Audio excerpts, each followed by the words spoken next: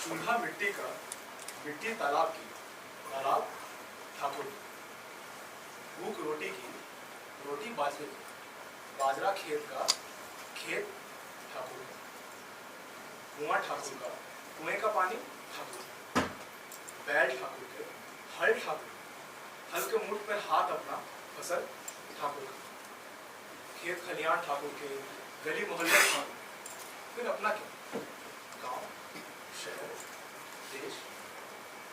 नमस्कार, मैं शांतनु बिला आप सभी का स्वागत करता हूँ इस नाटक में, जिसका नाम है सबसे उदास है। स्वदेश दीपक की लिखी हुई रचना, एक कविता। इसका मंचन सर्वप्रथम दिल्ली के श्रीराम सेंटर में 1998 को किया गया। आज अभ्यास नाट्य मंच आप सभी के समक्ष वही प्रस्तुति लेकर आया। आप सबसे कुछ अनुरोध है, कृपया करके अपना फोन साइलेंट कर लें, स्विच ऑफ कर लें, फिर एयरप्लेन मोड पर डाल दें। फोटो से पर कृपया करके फ्लैश ऑफ रखें ताकि हमारे कलाकारों को कोई दिक्कत नहीं। तो चलिए शुरू करते हैं सबसे उदास कविता।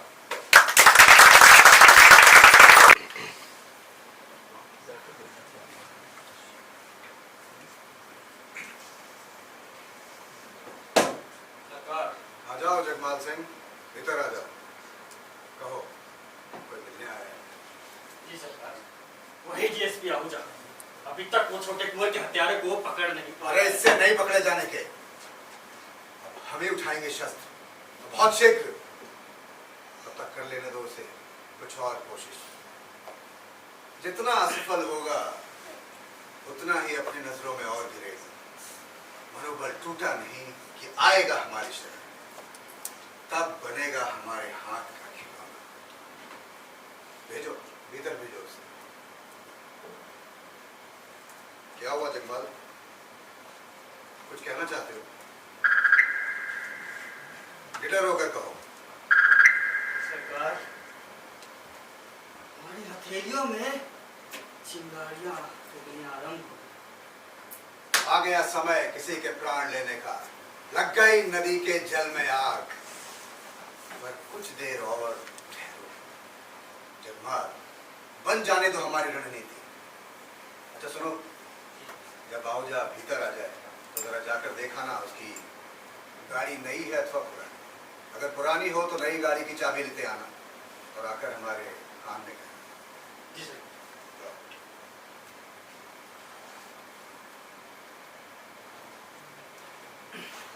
नमस्कार बड़े सरकार। अरे आओ आओ आहूजा, भीतर आ जाओ भाई। हम कहाँ जाएंगे बड़े सरकार, हम तो यहीं बैठेंगे आपके कदमों की। अरे भाई बंद करो ये दरबारी भाषा, आओ हमारे पास बैठो। आओ आहूजा, अब हम तुम्हारे आला अफसर तो ठहरे नहीं, तो फिर ये नपुंसक भाषा हाँ? हमें आश्चर्य होता है आपके इलाके के लोगों को देखकर, कितने बलशाली प्रतीत होते हैं, लेकिन अपने से ऊंचों से बात करते वक्त कैसे मिमियाते हैं। जी बड़े सरकार, आप बिल्कुल सही कहते हैं और फरमाते भी बिल्कुल सही है।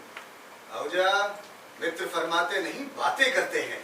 खैर इसमें तुम्हारा कोई दोष नहीं। जो लोग शुरू से ही सत्ता के समीप और शासक के साए तले जीते हैं वो अक्सर निर्बल हो ही जाते हैं, बुद्धिरास। उनकी अपनी बुद्धि को अक्सर दीमक चाट जाया करती है। खैर तुम लोग वैसे शुरू से ही दिल्ली के करीब रहे हो ना? जी बड़े सरकार। हाँ, पहले मुगलों, फिर अंग्रेज और स्वतंत्रता के बाद अपने ही चालाक लोमड़ी लीडर्स। कहां से आएगा ये मनोबल? कहां से आएगी निर्णय लेने की ऐसी प्रबल इच्छा शक्ति? खैर आहूजा छोड़ो, इन बातों से कुछ हासिल नहीं होने का। तुम ये बताओ कि छोटे कुंवर की हत्या के मामले में कहां तक पहुंचे? अभी तक कोई सुराग और सबूत हाथ नहीं लगा बड़े सरकार सुनी का। एक वचन में मत बोलो, बहुवचन में बोलो। हमारे प्रदेश में कोई ऐसा माई का लाल नहीं जो हमारे बेटे को अकेला मार सकता था। सैकड़ों विद्रोहियों ने घेर कर मारा उसे, सैकड़ों खूनियों ने। जी बड़े सरकार, घेरा तो भीड़ ने था, लेकिन जिस खूनी ने उसको मारा उसकी पहचान और उसके सबूत अभी तक नहीं मिलेगी पहचान और नहीं मिलेगा कोई सबूत। ये गुरिल्ला विद्रोही अपने पीछे कोई पहचान और सबूत नहीं छोड़ा करते। ये प्रतिबद्ध लोग हैं, लेकिन सशस्त्र क्रांति से सरकारें बदल देने वाले लोग। लेकिन बड़े सरकार, हमें तो ये पता चला था कि छोटे कुंवर साहब बड़े ही नरम दिल थे हमारे बेटे, नरम दिल, और यही था उसका दोष। हमने विदेश भेजा था उच्च शिक्षा नीति प्राप्त करने के लिए, मगर बनकर आ गए आधुनिक योद्धा भेजा था, दयावान लौट। झट से इन खेतीहर मजदूरों की सभी मांगे मान ली, 1 किलो से 1.5 किलो चावल कर दिया, खेतों के पास मकान बना देती है दया हम लोगों को एक लंगड़ा बाघ। आओजा एक ऐसा लंगड़ा बाघ जो छलांग भी ना मार सके। भूल गया मेरा बेटा कि दया का मात्र नाटक करना होता है हमको। अरे फेंक दिए कभी कभार 1-2 टुकड़े दया के इनके सामने, थोड़ा सा सुख क्या मिला, और सुख पाने की आकांक्षा बढ़ गई। क्या करते हैं जब सैकड़ों लोग दुर्घटना में मारे जाते हैं? क्या करते हैं हमारे राष्ट्रपति प्रधानमंत्री? एक शोक संदेश, मात्र एक शोक संदेश। अरे नहीं मरता इनके लिए कभी कोई शासक।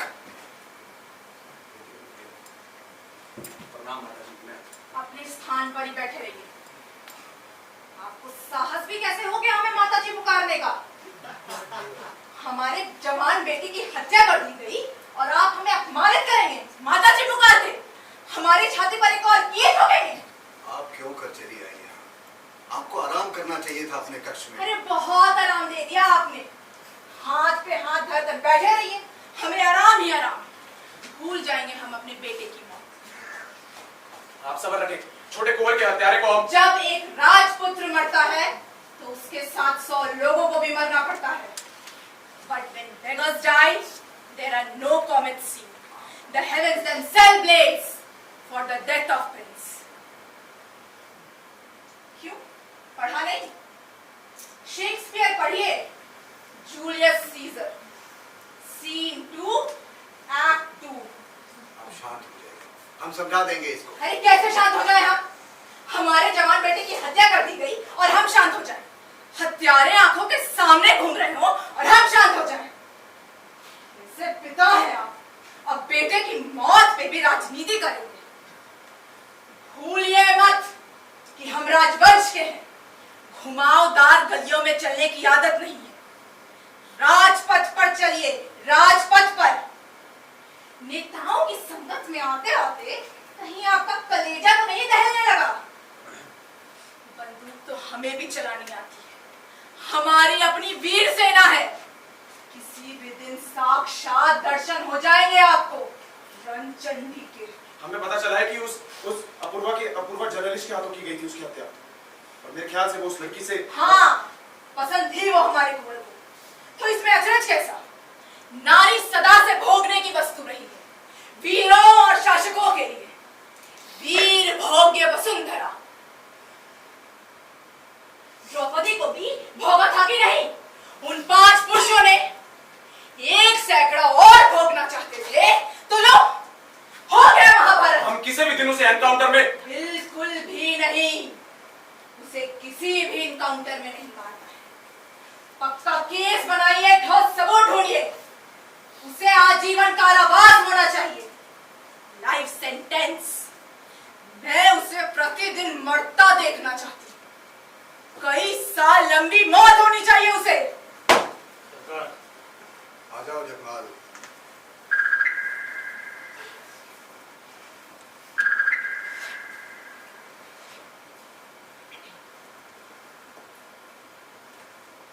आओजा, ये लीजिए अपनी नई गाड़ी की चाबी। आइए आइए लीजिए। इसकी क्या जरूरत है बड़े सरकार, जब हम काम हो जाएगा तो आपसे अपने आप। अरे भाई, शोभा नहीं देता आप जैसे बड़े अफसरों को ऐसी पुरानी सड़ी गाड़ी में घूमना। एक काम कीजिएगा, अपनी पुरानी गाड़ी वहीं छोड़ जाइएगा, मैनेजर वाजिब दाम में निकाल देगा। लेकिन बड़े सरकार, जब काम हो जाएगा तो हम काम तो आपको करना ही पड़ेगा, चाहे कार ले या ना ले। सुना है आपका काफी सुखी परिवार है। भूल से भी हमें ये भ्रम न हो कि आप हमारे शत्रु हैं, आप हुक्म वरना प्रलय होगा। आप हुक्म कीजिए, बताइए हमें क्या करना है हम भाई। कुछ भी नहीं करना। किसी भी सांझ गोलियां चल सकती हैं। आप और यहाँ के दरोगा उस सांझ घर ही बैठे रहें जब तक गोलियां चलेगी। अब आप अपना मुंह गोलियों वाले सांझ के बाद ही दिखाएं। बड़े साहब ने कार दी है, हम कोठी देंगे। अब होगा हाहाकार, सैकड़ों लोगों का रक्त पोंछ देगा मेरे बेटे के घाव को। कितनी अच्छी होती है ना शत्रु रक्त की गंध। ऐसा ही करूंगा बड़े सरकार, लेकिन मेरे खिलाफ कोई एक्शन तो होगा हो जा। तुम सस्पेंड कर दिए जाओगे, मगर 1 माह के भीतर हम तुम्हें बहाल करवा रहे हैं। आखिर लोगों और पत्रकारों की आंखों में धूल भी तो झोंकना है। जी बड़े सरकार, आप बस हमें खबर दे दीजिए, उसके बाद हम देख लेंगे। मिल जाएगी खबर हो जा, सारे देश के साथ तुम्हें भी। और याद रखना कि खबर देकर हत्या नहीं की जाती। अब सीधे यहाँ से अपने घर को जाओ आहुजा। कहीं ऐसा ना हो कि आपकी पत्नी को आपकी चिंता होने लगे। सीधा घर आहुजा।